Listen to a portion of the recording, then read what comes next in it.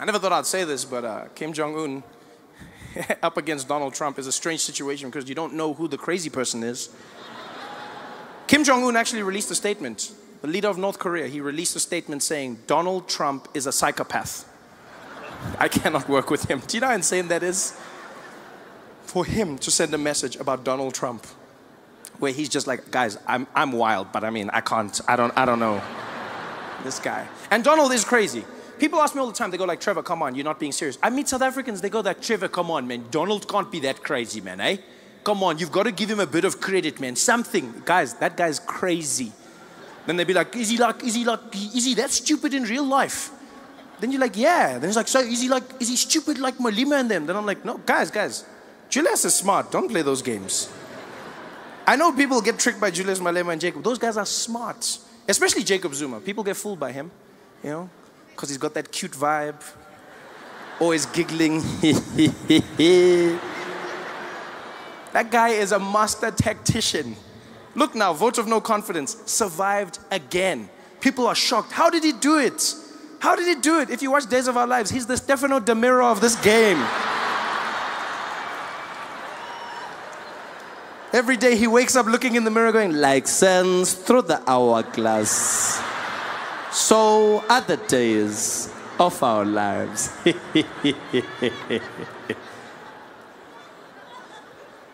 a lot of people make that mistake. I've realized a lot of people make that mistake. You think our politicians are stupid. Maybe it's because of how they speak. Maybe it's because of how they sound. You know, Jacob Zuma's smart. Jacob Zuma was the head of intelligence for the ANC during the struggle. Jacob Zuma started the chess team on Robben Island. A lot of people don't know that. He started the chess team. Yeah, that's why he's so good with moving the cabinet around. He's busy, yeah, Pravin like that because he's a horse. Check. Donald Trump is not like that. One thing I'll say about Jacob Zuma, catch him in a corner, ask him anything about policy, that guy will rattle it off. He may not know how to read, but he knows what he's talking about. Donald Trump has no clue about any policy whatsoever. He knows nothing about geopolitics. He knows nothing about his healthcare. Every time Donald Trump answers a question, you know he doesn't know the answer because he answers it like he's a contestant in one of his own beauty pageants. That's how he answers it. Every time you see Donald Trump on TV, you can see he's making it up as he's going along. They'll be like, Mr. President, can you tell us about your healthcare rollout and how pre-existing conditions are going to be covered? I know. We're going to have so much coverage, folks. The best coverage. All the coverage. I'm going to get it. All of it. It's going to be so good. Great. Some people even say the best. But how is it going to work? It's going to work. It's just going to work, folks. It's going to work. It's going to be done. I'm going to do it. It's going to be done. And the people in South Africa and Iraq and the countries and health and insurance, and we're going to do all the things healthy with the money and also thank you.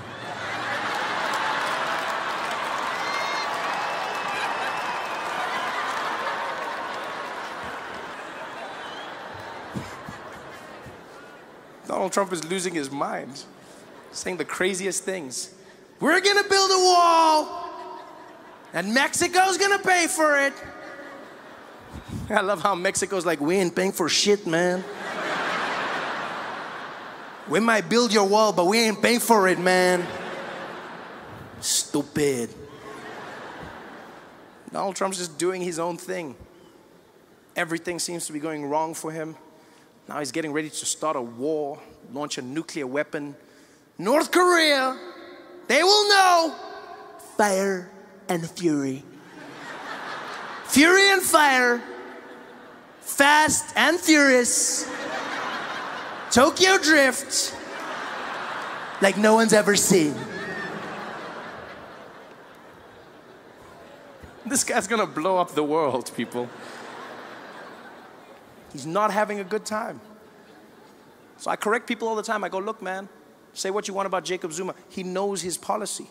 Yeah, doesn't mean he's getting things right. Doesn't mean he's doing the correct things, but he knows his policy. You can't say they're the same, you know? And say what you want about Jacob Zuma, but he knows how to handle his ladies. Yeah, he doesn't have any problems there. Donald Trump, walking around in public, his wife smacking his hand away. Pa! In public. Do you know how embarrassing that was? Donald Trump was there, trying to hold Melania's hand. She just slapped it away. He tried to grab it and she, pa! And then the second time, tried to grab it and she just did like a little thing. And everyone was like, are they okay? Are they fighting? I was like, yeah, of course they're fighting. They're having a horrible time. Completely horrible time. And you don't even need to see the video of the hands to know that they're having a bad time. I've had a theory for a long time that Donald Trump and his wife are not in a happy relationship. And I don't want to start any rumors, but I've noticed this. You know, I've noticed it in their speeches. Every time Donald Trump or Melania speak, it seems like they're throwing shade at each other. They're giving a speech, but they're actually talking trash about the spouse. Every time, all you have to do is listen to the subtext of what they're saying. For instance, Melania Trump came out. She made a speech about her platform as First Lady. In America, every First Lady gets to choose what their dream job is going to be, what they're going to be doing to help the country. Michelle Obama says she's going to help kids get healthy meals and work out. Melania Trump came out, and what did she choose? She came out, no one forced her, and she was like, as First Lady, I believe we need to fight against the cyberbullying. All of the people on the Twitter who are saying the bad things, we need to stop them. We need to make sure that they cannot carry on what they're doing. I was like, do you know your husband, lady? And now I realized she was doing it on purpose. They were having a fight. Yeah. She probably got home that night, dropped her keys on the table. Donald Trump was sitting in the living room, turned on the lights. Hi, Melania. I saw what you said about me on the news. It was very not nice. Oh, hello, Donald. I didn't see you sitting over there. I thought you were watching the cartoons. You know I was watching the news, Melania. I watch all the news. Fake news. So what are you going to do about it, Donald? You want a war? You've got a war. I'm gonna get you, Melania. You're gonna pay. Do your worst, Donald. Oh, it's on. I'm the best at worst. The next day he came out, gave a speech. What did he say? We've got to get rid of all these immigrants, folks. All these immigrants need to leave this country. Your move, Melania. She went to a women's conference. We need to stop sexual assault.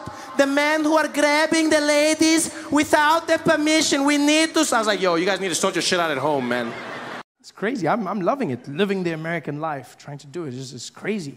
You know, so I had to learn how to drive out here, which was fun. To get a car, obviously, which I just almost couldn't get.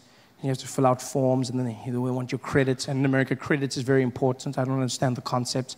I'm in the car dealership, and there's this Asian gentleman helping me. We're going through the forms, and he says, so how long have you lived in America for? I said, I haven't lived here for long. He said, oh, this not good for you. This not good for you. I said, what do you mean? He says, no, you cannot lease car in America unless you've been here a long time, because then you don't have credit, okay? You don't. I said, well, I've got the money to pay for it. He said, yeah, that's not the point, okay? That's not the point. In America, okay, in this country, we want credit, okay? Our country focus on credit. If you got good credit, you can buy anything. We don't care about money. We want credit. I said, well, credit is the assumption that you can pay back the money. He's like, no, that don't count here, okay? In our country, you have good credit, you can buy anything, okay? You got good credit. He's like, our country. And I was like, look, I hate to be rude, but when you say our country, do you mean our because you live here now, or our because the Chinese own it? And he was like, it's a bit of both, okay? Yeah, but no credit for you, no car. Okay, goodbye. I had to just buy myself a car, you know, it's a horrible thing, drive around. And that's the worst thing, driving in America, wow.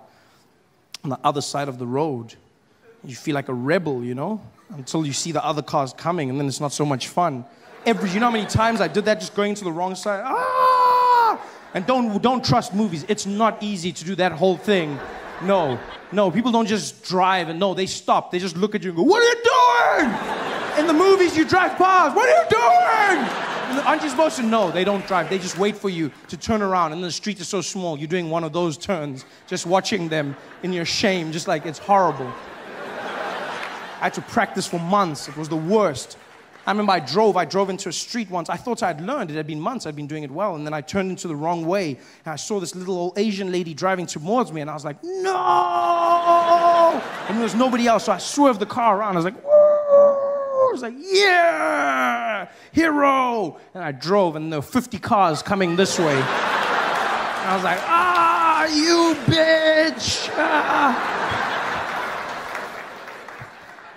And I told my friend the story. I told him this. I was like, oh, this is what happened. And he was like, oh, that's so funny, man. That's so funny. And he's like, who was driving the car? I said, a little old Asian lady. And he's like, oh, yeah, you can't say that, man. You can't say that. I said, what do you mean? He's like, yeah, you can't say she's Asian. I said, why not? He's like, yeah, because that's racist. I said, what, that she's Asian? He's like, nah, if she's a bad driver and you say she's Asian, that's racist. So let me get this straight. Asians are not allowed to be called bad drivers. Is this not racism in itself? Everyone else is allowed the world of bad drivers. But if I'm driving on the freeway behind an Asian person and they're swerving around, and I go, this bad driver, you drive like crap. And I pull up next to them, I'm like, oh, no, sorry. You're not a bad driver. You're just Asian. I'm sorry. It's not racism in itself. It's madness. So now what I had to do was get around using a GPS, you know? Decided to get one of those. First, I tried to be a cheapskate. I thought, oh, get a phone with a GPS. That was a horrible mistake. Bought myself one of those iPhones with Siri. Oh, your assistant, she talks to you. She listens to you. If you're American, she doesn't understand one word I say. I don't understand why. I speak English, and they're talking to her. Doom, doom. She's like, what do you need? I'm like, Siri. Please call Peter. You want pizza? No, cancel. Siri, I need Peter.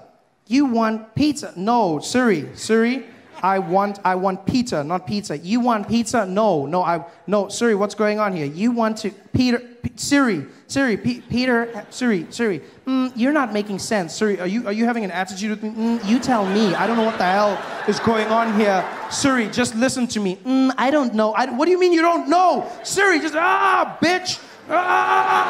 Dialing mom. What the hell? This is horrible.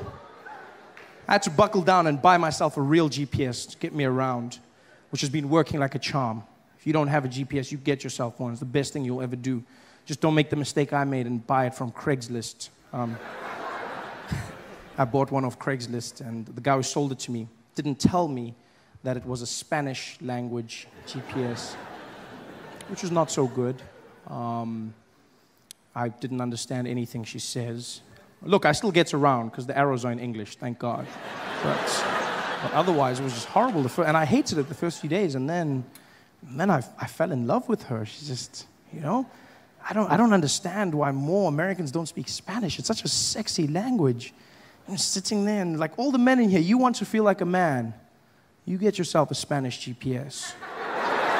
Oh no, you don't understand. Traffic never sounded sexier. It's just like, I just punch in random destinations and she guides me around. She's like, dum dum. Si que toco de que para conocí. En 200 metros sería la de la cha. And I'm just like,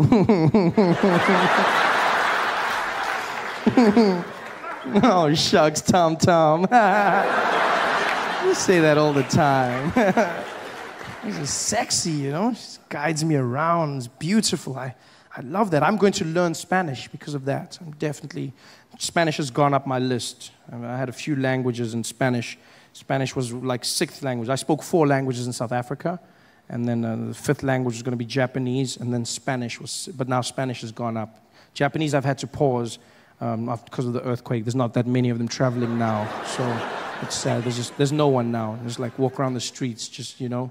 But Spanish has gone up. Because I was getting good at Japanese, don't get me wrong. I was getting really good. You know, I could say, and it's a great language. It's powerful. Because you speak Japanese from your chest, it makes you feel strong. Hey there. Yeah, very strong. Whereas English you speak from the head and the chest. You know, do you know what I mean? You speak it head and chest. You wouldn't know this. You wouldn't know this if you listen to many coastal girls in America. Like I've been in places like California where women insist on speaking English from their nose, which is not the correct. Yeah, like, oh my God, are you guys gonna like do this? And I was like there with Tiffany, and we were talking, and I was there. That's not the right way. You're not using your lungs. I know this because when I choked her, she sounded exactly the same. Was there, and she's like, oh my God, you're like totally choking me right now, and I can't breathe, and this is so not on. I am so gonna tweet about this. This is like the worst thing ever. Oh, I am so dying. OMG. This is, you know, it's horrible. Whereas Japanese are strong. Japanese, you speak from the chest, you know. A lot of the Americans are learning Chinese, I've seen, you know, Chinese. I see people say, you gotta learn Chinese. They're taking over. Chinese. Ni hao ma. Shi shi ni. Chinese. It's too late. It's too late to learn Chinese. It's over. No, it's true, because it's also one of the hardest languages in the world. I mean, how do you learn Chinese now? Just, you know, they've got over 10,000 characters in the alphabet. You know this? 10,000 characters. We've got 26 in English. And there's still people going, what comes after Q? 26. This is, you know, 10,000 they've got. That's super smart. Although they must have the worst Sesame Street in the world. It must suck being a Muppet in that country. I can just see them on a Monday morning singing to the kids. 5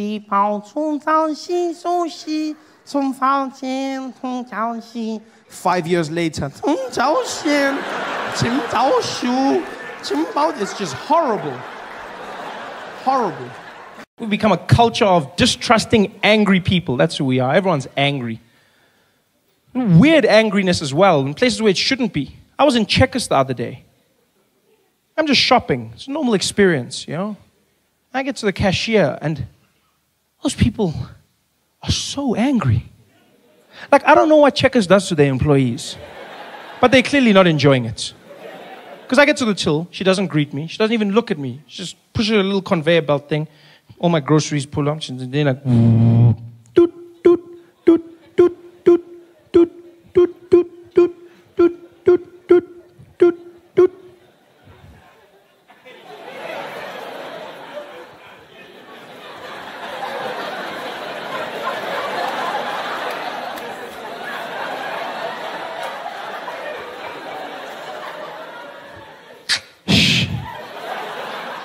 They look at you like your dad invented the barcode.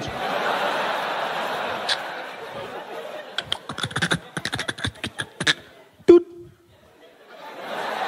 Doot, doot, doot, doot, doot, doot, doot, doot, doot, doot, doot, doot, doot, doot.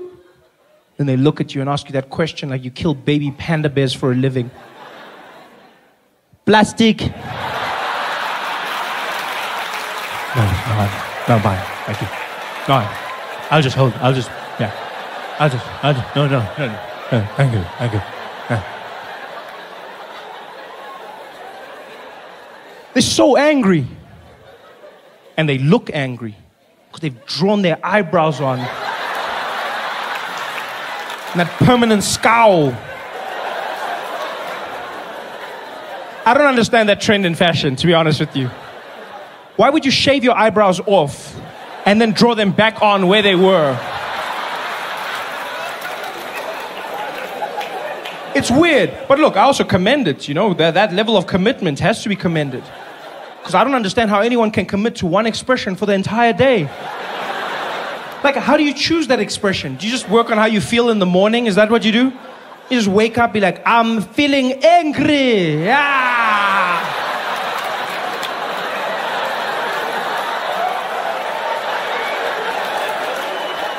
What if something good happens? Something good. You can't even, you'd be like, yeah, Tembi, you won the lotto. Yeah. You don't look happy. I just can't show it. I'll draw it tomorrow. Do you guys have any questions? Any thoughts on Jon Stewart coming back to that's the greatest thing ever. Are you kidding me? That's like It's like Jordan is, that's like one of the wild, I remember talking to friends about this. I was like, I wonder if John would ever. And it's like, yeah, but you know, John was, and he was like gone for so long. And I was like, will Jon Stewart come back? And then when they said it, I was like, of course. And in the election, you know what it's like? It's like, I love Marvel movies. Like, well, not the new ones, but like there was a bunch, no, when they were still like really good. You know what I mean? And this scene feels like, you know that moment where you don't know that a hero is going to jump into another movie? That's what it sort of feels like. It's sort of like Thor's hammer, you know, in that scene when they're all like fighting, what's his name again? Ring guy. Thanos, thank you. Yeah, Thanos. You know, and you know that scene with the hammer, that's what it felt like John coming back. And he's smart to do once a week. John and I always spoke about this. And like the hardest thing about doing The Daily Show is the fact that it's daily. It really is. It's the hardest thing about it. And John and I would always talk and we'd be like, man, if only there was a way you could just do like a day of the show. And then like now, I literally messaged him and then I was like, you son of a b****, you figured it out! You figured it out! God it! Godspeed, Jon Stewart! When I came to New York for the first time, he said to me, he's like, come hang out at the show with me. And so I went to hang out with him. And we had so much fun just bantering. I wasn't supposed to be on the show, by the way. We had so much fun bantering that John was like, come on the show. He's like, let's do something on the show. And I was like, oh, I don't know. And he's like, no, let's do something. We'll make it fun. And we did. We made it fun. We had a good time. And then I left. I went back to South Africa. Then I came back. Another time, he's like, let's do it again. And I was like, all right, let's do it again. We did it again. And then I left. I went back to South Africa. Then I came back. And he's like, let's do it again. And then we did it again. And I was like, oh, this is so much fun. And then he's like, okay, I'm leaving. He's like, I'm leaving. And then he's like, maybe you should do it. And then I was like, what? I felt like Charlie and the Chocolate Factory. It was like the weirdest thing ever. I just came for a tour. I just wanted some of the Wonka bars. And then the next thing, I'm like managing the Oompa Loompas. I'm like, I don't know how this works. This is crazy. So we talked about it a lot, you know? Like I call him my Jewish Yoda. That's what like John is. Yeah, because he like guides me and he's like really smart and everything. And so we always talked about like, you know, how hard it is to do something like this. And as you get older, you want to spend more time with your family, et cetera, et cetera, et cetera. And then, yeah. And then when I heard this, I was like, yes. And the worst thing is I knew, but then you can't say to the people, you know? So now you're walking around like, mm-hmm. There's nothing worse than having a secret that's cool, but you can't say anything because it's still, and then, you know? So I was just like looking at people like, oh. And they're like, what? I'm like, oh, you don't even know. You don't even know. So you're originally from Austin. Okay. All right, so what would you suggest? What's your name, man? Laurel. Laurel? Pleasure to meet you, Laurel. So you're from Austin. Where in Austin are you from? South Austin. I like how you just do, I've never been to a place where people do that, by the way. Yeah, you guys just have like compass directions.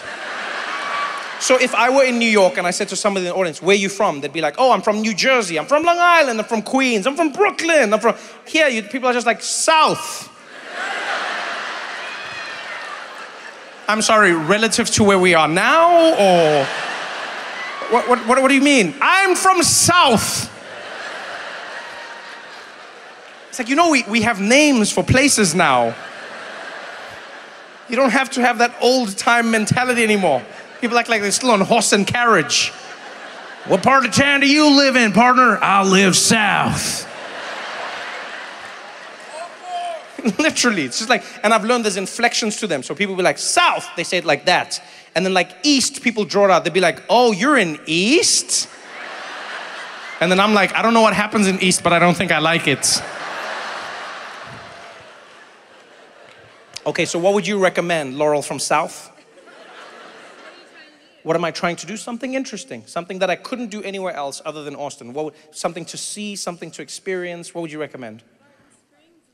Barton Springs. Okay. What is Barton Springs? It's a natural spring. Ooh, I like that. Yes, as opposed to unnatural springs. I wonder what that would be. Right? It's like a toxic waste dump. I don't know where the water comes from, but it's great. It really is. Plus this third arm is handy for washing my back. So it's a natural spring. And do people still go into it? Yeah, you go in, clothed or unclothed? You wear a bathing suit. Okay, typically. So some people do not. I like the two of you. Like, I love this because you're telling me all the information and then you've got two people next to you and they're just doing hand signs. So I was like, clothed or unclothed? And he was like, and then I was like, do they do so? And then she was like,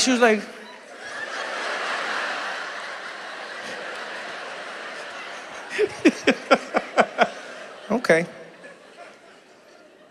Okay, so it depends on, all right. Does it depend on the day? Are there like more nude people on certain days, or it just depends on me? Like me as Trevor, like if I'm there, then it changes? Oh, just as a person. Oh, I thought you were like, Trevor, you have the power. Oh, that would have been exciting. I would have been there tomorrow like, hey, take that shit off. Laurel says so. Okay, I'm gonna Barton Springs. I will do that. Is it open every day? Do you pay to go into it, or is it just like a, you do, you pay, and then, if I say I'm from Austin, I'll get in cheaper. Okay. I like how confident you just said that. So you're like, just say you're from Austin, get in cheaper. I think something would give me away, sir. Something would give, they'd be like, you're from Austin? I'd be like, yes. Can you not tell by my accent? They'd be like, what part of Austin are you from? I'd be like, very south. Very, very south.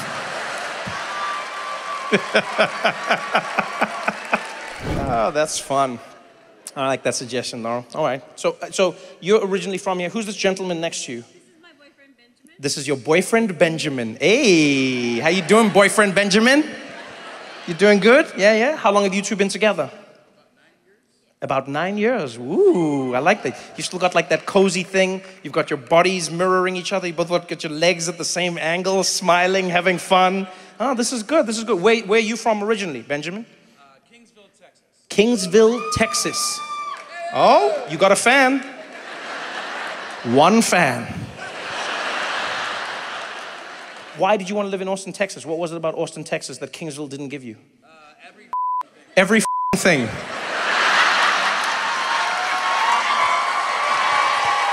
The way he said that was amazing. He's like, everything. Trevor, they got everything out here. They got water, they got lights, they got electricity, they got cars. Okay, well, good for you. Good for you. Congratulations. When's your anniversary coming up? It's 9 years. When does it become 10? Wait, why are you choosing it? That was fascinating. I said, when does it come? You were both like, Like, when do we want it to be 10 years? Like, that was a weird... You were so I said, how long have you been together? You were both like, 9 years. And then I said, when is the 10th? And you were like, Is there gonna be a 10? How does 10 work? What is that? What was that delay? You don't really know? What do you mean you don't really know? You don't really know when 10 comes? What? We're never quite sure upon the date. Oh, you're never sure about the date. Okay, I understand. Oh, I thought you were just like, we're not sure in general. Okay, I was like, this is more conversation for therapy than comedy. Okay, you're not sure about, but is there a month that you celebrate? December. So 10 years would be December. Oh, so you just got to 9. Okay, congrats. Do you have anything planned for, like, is there a way you celebrate the anniversary that isn't on a specific day? I mean, that is a lot of fun, because, like, you can never forget it. That is cool. Like, any day in December, you can just turn around and be like, happy anniversary. That's a pretty cool way to do it, actually, you know? You've got 31 days, Benjamin. 31 days. That's a good, like, hit rate. You know what I mean? And there's days that remind you as well. Like when you see Santa, you're like, oh shit, Laurel. Hey, honey. Next one's gonna be butt stuff. Next one's gonna be? Next one's gonna be butt stuff. Butt stuff?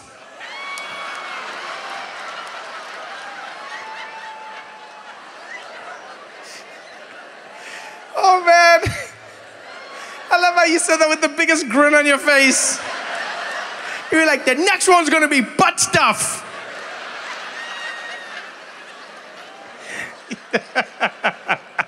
Butt stuff. Oh, that's cool, Benjamin. I like how excited you are for that, Benjamin.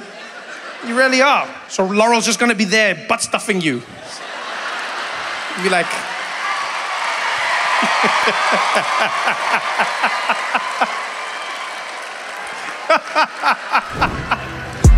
That was probably the worst time ever, is flying into America as an African during the Ebola crisis. It was the craziest thing I've ever seen in an airport. You'd walk in, there'd be tension, they'd usher everybody into a special quarantine area, ask you questions that they don't normally ask. The number one question they always ask was, "Sir, have you been in contact with Ebola?" They'd always ask, "Sir, have you been in contact with Ebola?" I love the sincerity of the question. Like there was a chance my answer could be yes. And next stop, Disney World.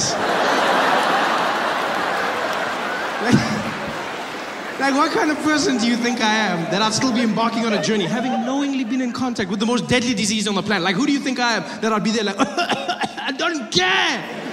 Booking.com has a 0 refund policy. I'm going to Disney World, even if it kills me, Mickey Mouse, and everybody else, I'm going. Have you been in contact with Ebola? And they always said it like Ebola was like a distant relative. I love the phrasing. Have you been in contact with Ebola? Yeah, I spoke to him last week. He's doing well, eh? Thank you very much for asking. Ebola made flying a nightmare. Because Ebola was one of the craziest things I've ever seen in terms of the human condition, how quickly we're taught to panic. You know, 1 minute I'll be flying, I'll see people of Middle Eastern descent getting pulled, you know, random selections, beeping through the machine. And then Ebola happened, and all of a sudden the focus shifted. Focus shifted, and now it was Africans getting pulled aside, Africans waiting. Middle Easterners were cruising through security. And then almost as quickly as it started, it flipped back overnight. And I'll never forget when it happened. Right after the Charlie Hebdo attack in Paris. That attack happened, and almost the next day, Ebola wasn't a thing anymore. Middle Easterners were back in the spotlight. Normal service had been resumed. Because after Charlie Hebdo, I would walk through airports and no one gave a damn. They didn't care about me, where I was from, nor the bananas in my bag.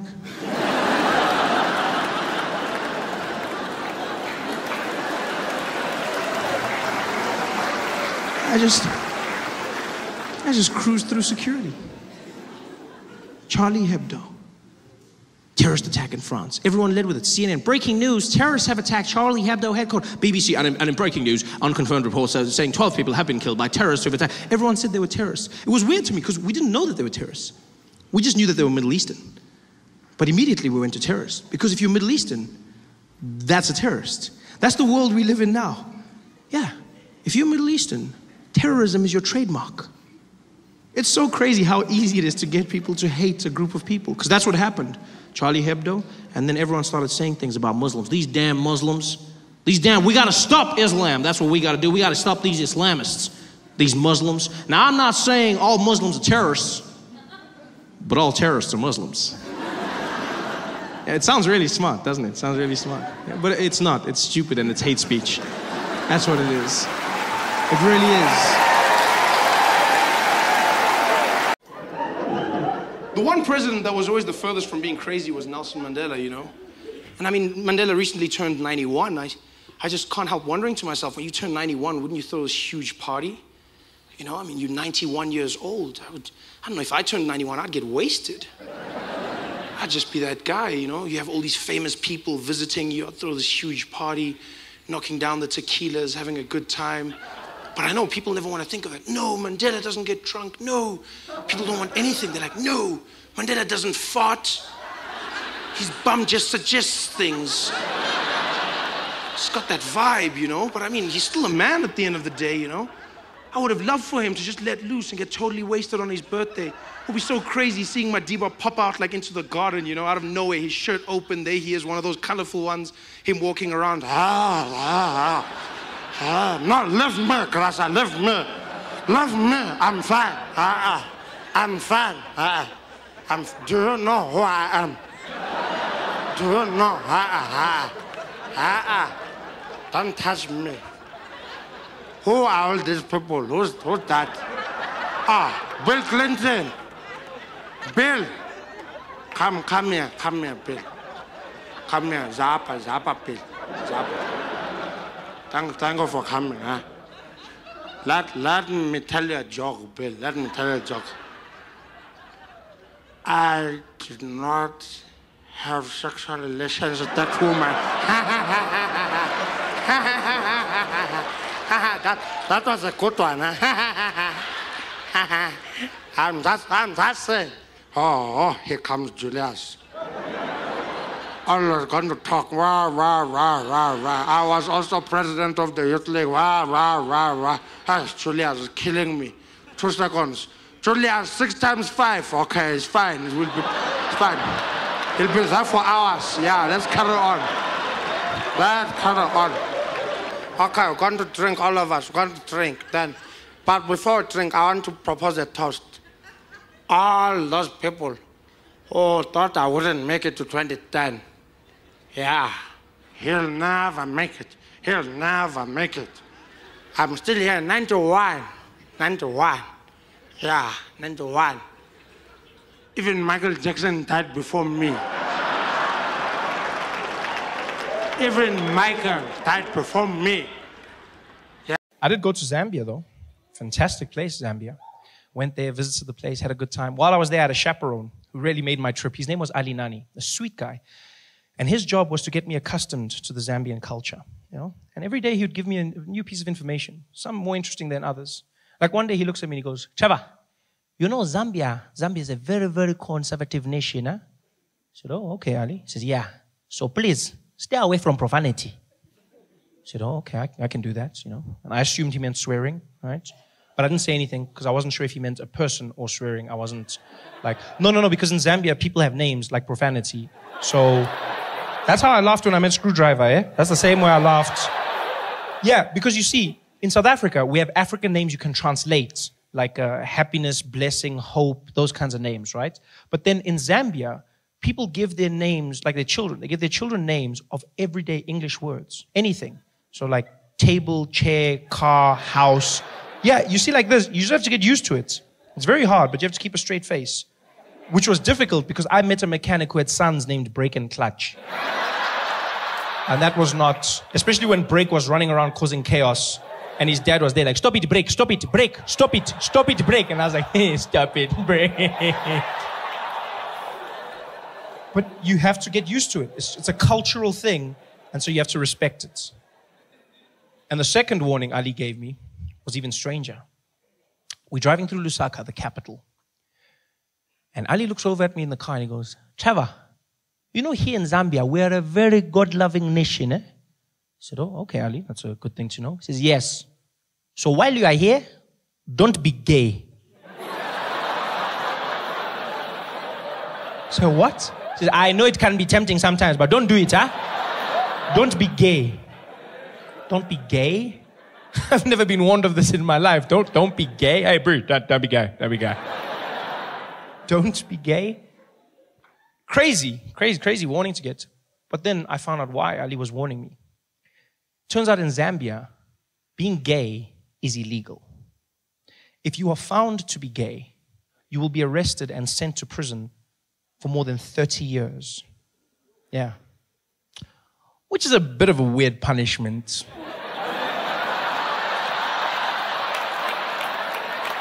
When you think about it.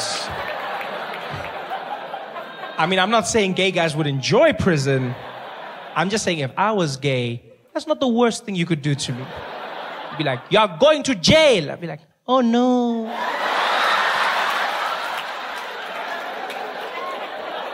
Don't be gay. I couldn't believe this. Gay is a crime in Zambia. Which got me thinking, if gay is a crime, that means the police have to monitor it. They actually have to police gay. Yeah. Which means in their police force, they have a gay division. It's a crime. It's a crime. So that means they've got a murder unit, they've got a robbery unit, they've got a white-collar crimes unit, and then they've got a gay unit. Huh? Yeah, they've got a little G unit in their police force that's responsible for all things gay. That must be the most fun police force to be in the world. You get to go undercover, dress up really nice, get in touch with your flamboyant side, you know, just have a good time. I bet the sergeant's there every morning, briefing his detectives. Good morning, detectives.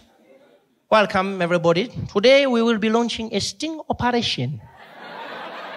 We have just been informed of a fashion show that will be taking place. And as you know, the gays cannot resist the latest trends. Therefore, we will be in full attendance to apprehend each and every one of them. Let us make sure we are here. Detective Chipua, present. Detective Table, present. Detective Mungai, present. I think he's in too deep.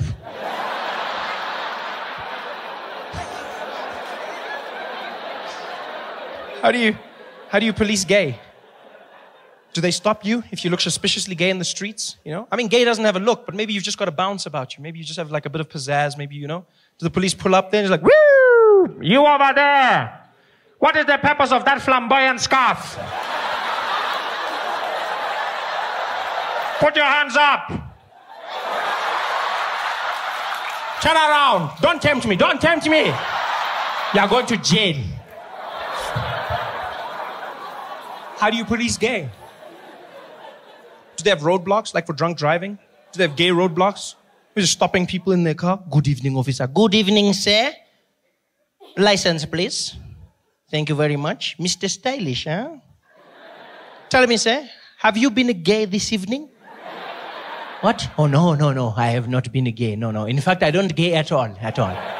I see. Not even one or two? No. No gays for me. No gays for me. Okay. Then tell me, sir, what is that I can smell on your breath? Is that balls? No, I don't even eat chutney. No. So you are not gay? No, not gay at all. Then, sir, can you please blow into this?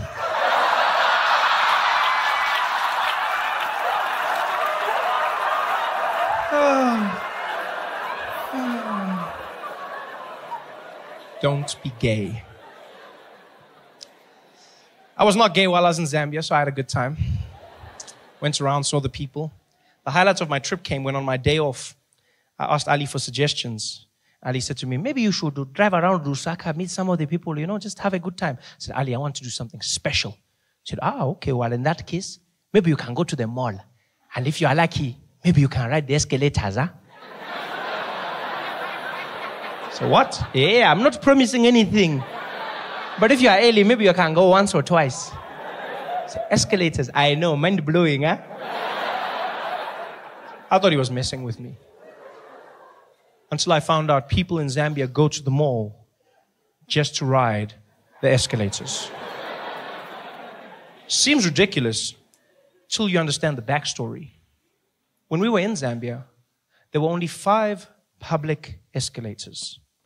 5 in the whole country. The first escalator was built in August.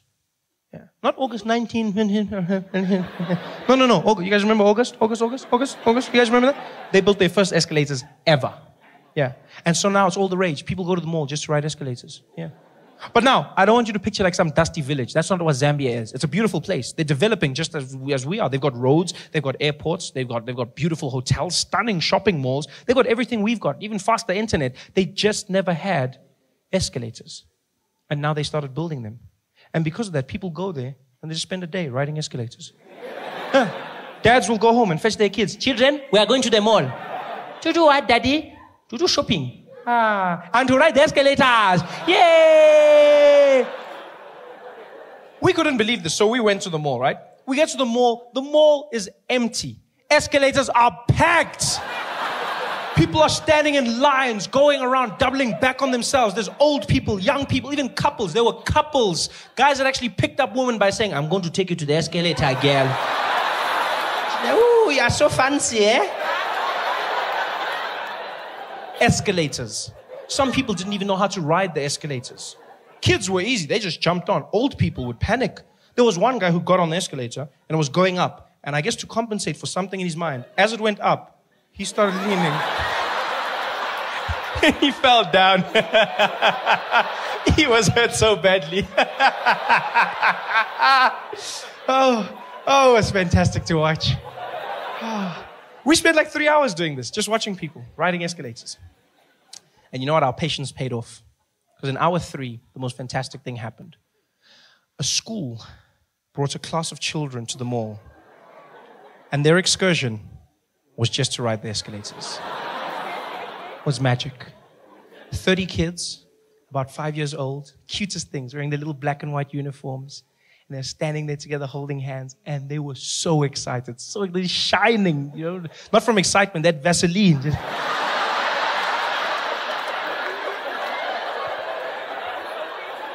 And there's 2 teachers with the children, and they grab their hands on either end, and in a long train, they start to march through the mall. And as they do, they start singing at the top of their lungs like little angels. Escalator, escalator, escalator, oh, escalator, escalator. And it was the sweetest thing ever. People are waving at them, smiling. And these kids see the escalators, and they lost their minds.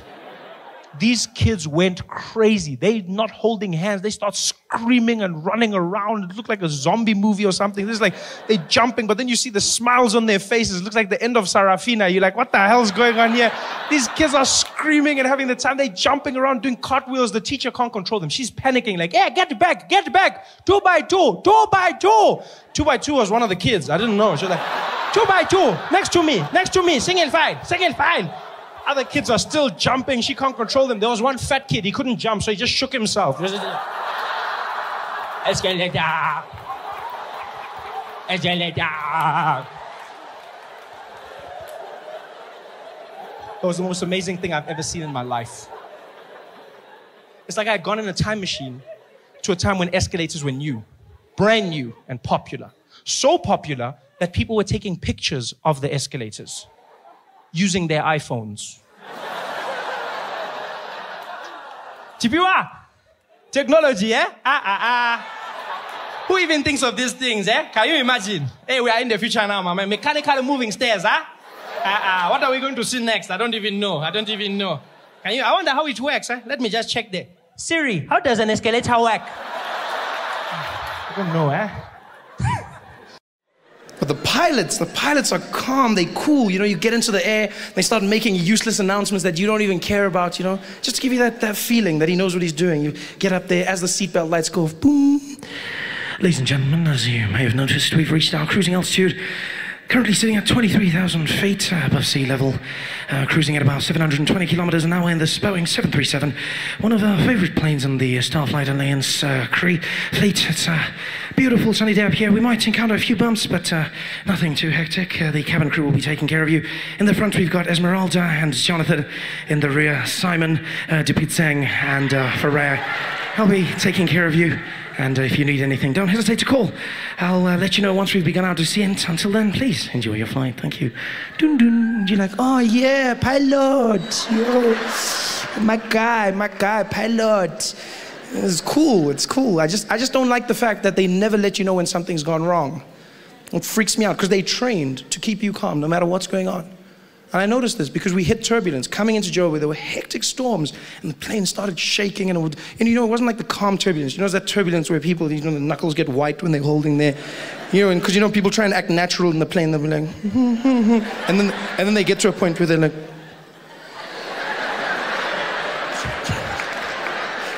you know, when that point comes, and like everyone is panicking, except the air hostesses. They're amazing. I love how they do it, you know? Like you'll hit the turbulence, and be like, things are falling, the bags are hitting the sides of the compartments. People are panicking, and except they just move through naturally. It's freaky. It's almost like the lower half is not connected to the upper body. Because they'll just carry on, they'll be like, yes, you guys, would you guys like some coffee? Yeah, okay. There you go. Be careful, it's hot. Thank you. Right then. Anything for you, sir? Yeah, okay. Okay then, just pass me a apple juice, all right, thank you very much. There you go. Would you like some ice? No ice, thank you. You know how they do it. And then the pilot has the nerve to come on. In the middle of the biggest storm ever, the plane is shaking, the wings are tilting slightly upwards. You think you're gonna die. It's like, people are screaming. Ladies and gentlemen, we've encountered some slight turbulence. We'll ask that everyone return to their seats at this point and refrain from using the lavatories. Please note we will be flying at a high altitude to try and alleviate the problem. Also, keep your seatbelts fastened, and no hot drinks will be served at this time for your safety. Thank you very much, and I'll speak to you in a moment once we've gotten out of this bumpy patch. Speak to you in a moment. That moment might never come. He doesn't tell you this. When the nationwide flight lost an engine, the pilot said nothing. There, it just fell. Quiet.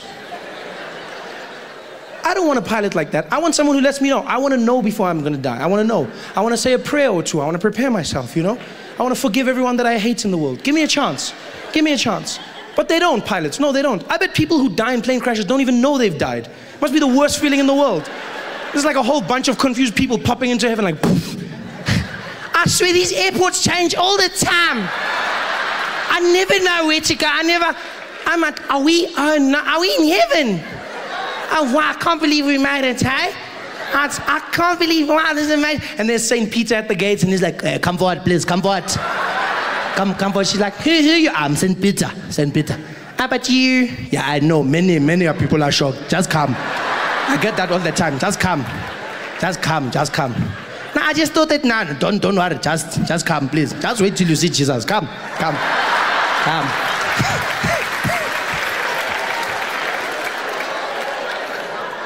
I don't want that. I want someone to let me know when I'm going to die. Like taxi drivers. There's no person who dies in a taxi not knowing that they've died. Just before the crash, taxi driver will be like, yo!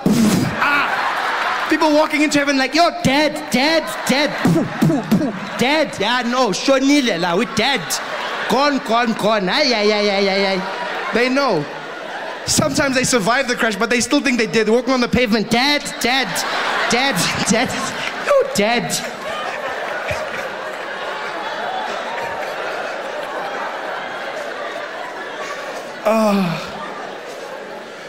But luckily we did land safely in Johannesburg.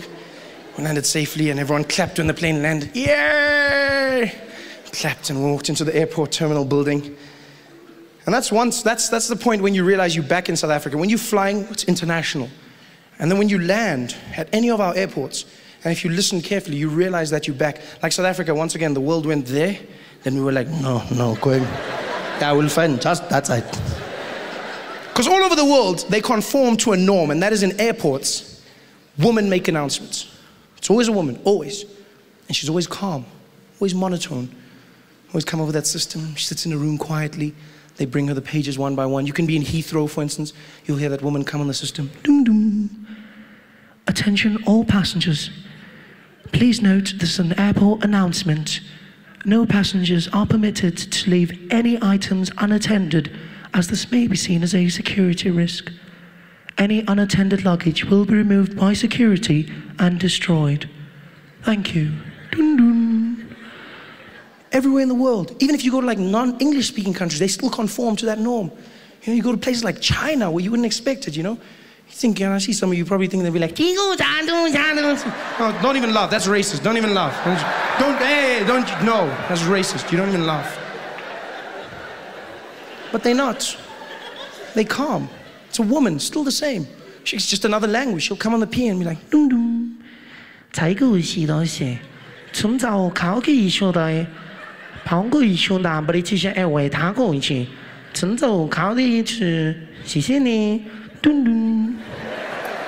you know they've conformed. And then you land in South Africa. And you know you've landed. You know that you're back home when you walk into the airport terminal building. You walk in, and I don't even know if they audition the people who do it. No. It's almost like whoever's closest to the mic gets to do it first, you know? It's the craziest thing. Luckily, 99% of the time it's a woman, but she'll come on. It's the craziest thing ever. As you walk in, she'll come and be like, dum dum. Attention all passengers. Attention all passengers. Hello, I'm talking to you. Hello.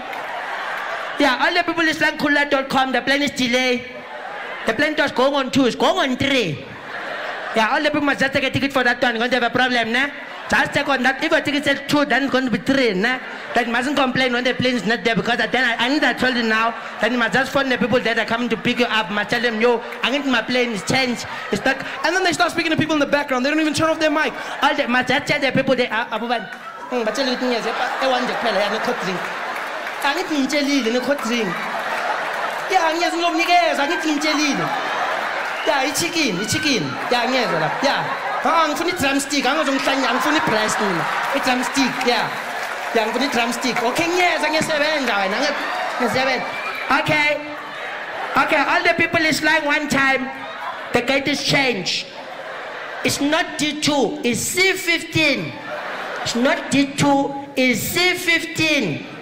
If you can go to D2, oh, you can find nothing. Okay, bye. But I need my chain. Not shiny. Hey there, thanks for watching. Now, all I need you to do is click on that little circle on your screen. Yeah, that one. Oh, yeah, just like that. Hold on. Yeah, click. Nice.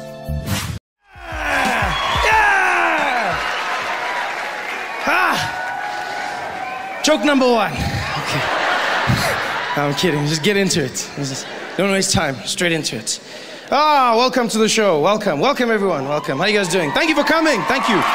Yeah. Thank you for coming out. So good to see you here. It's been a wonderful journey. It's our last tour of South Africa for a while. Before I leave, go to America. I'm gonna go for 2 weeks. And then when I come back, I'm gonna be talking like this. I don't know why people do that. You know what the worst thing is? Is you talking like that. That's the worst thing. It's been so much fun, man, traveling around South Africa, trying to write new material for a new show. It's always difficult. The easiest stuff to write, I find, is political stuff in South Africa. It's too easy now. It's become, like you give comedians credit. You go, oh, he's so funny, but we're not geniuses. We really aren't. Like the guys in power, they do it all for us now. They're actually taking our jobs. It's not cool. Because soon you guys are going to figure it out and you're going to stop coming to the show and you're going to start going to press conferences and you're not going to... Then you'll be like, oh, where are you guys going? On Friday? Oh, I'm going to the Zuma press conference, eh? Oh, bro, like, yeah, that guy he's my favorite, eh?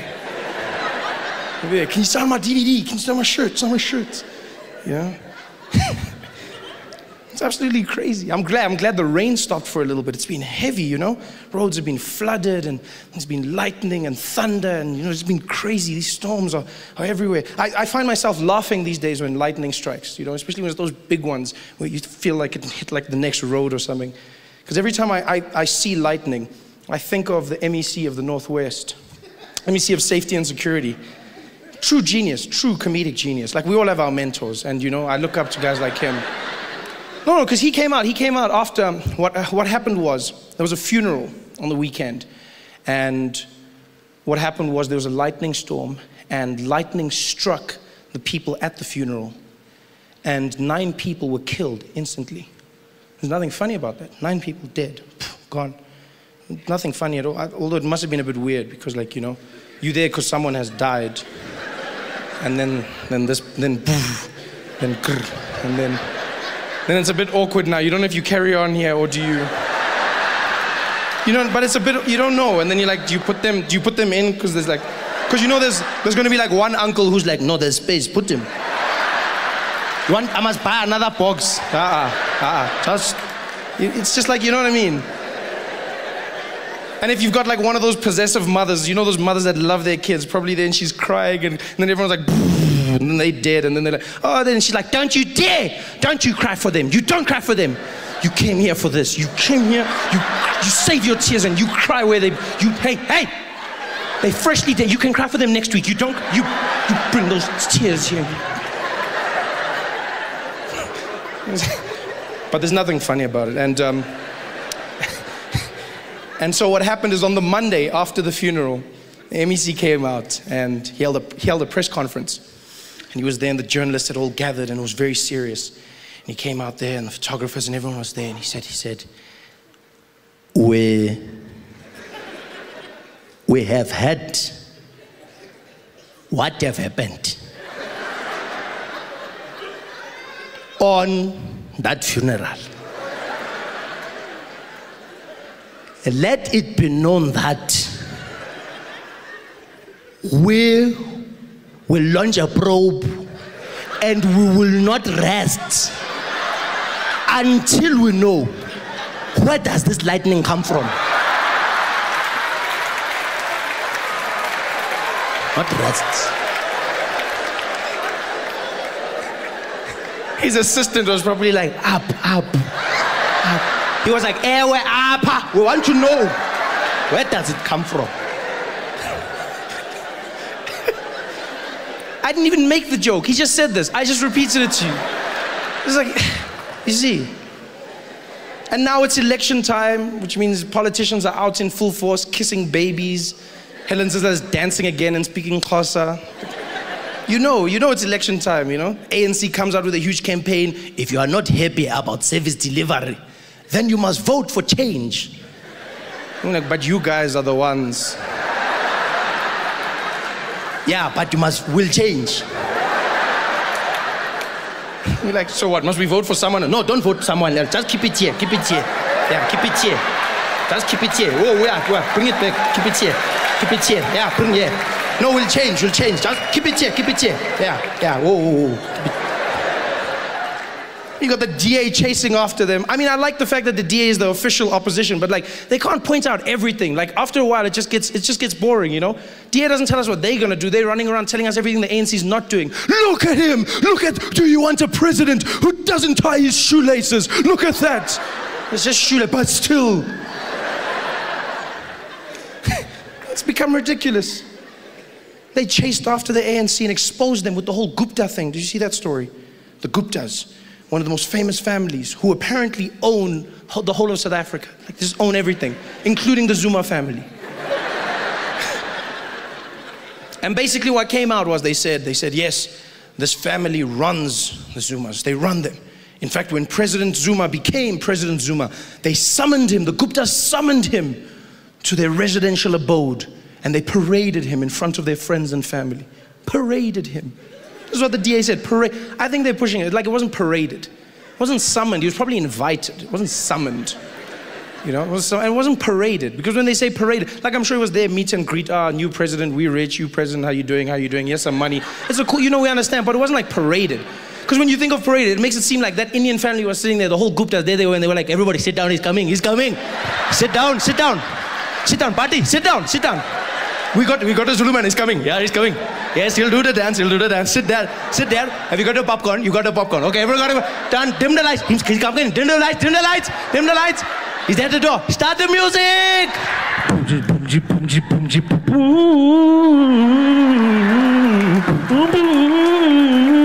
Jacob Zuma.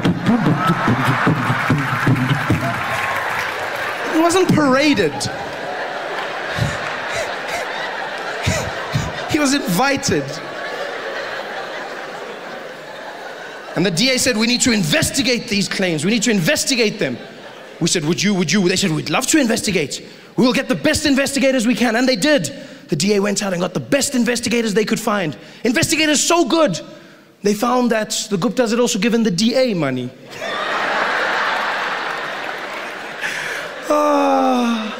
Priceless. Hey there, thanks for watching. Now, all I need you to do is click on that little circle on your screen. Yeah, that one. Oh, yeah, just like that. Hold on.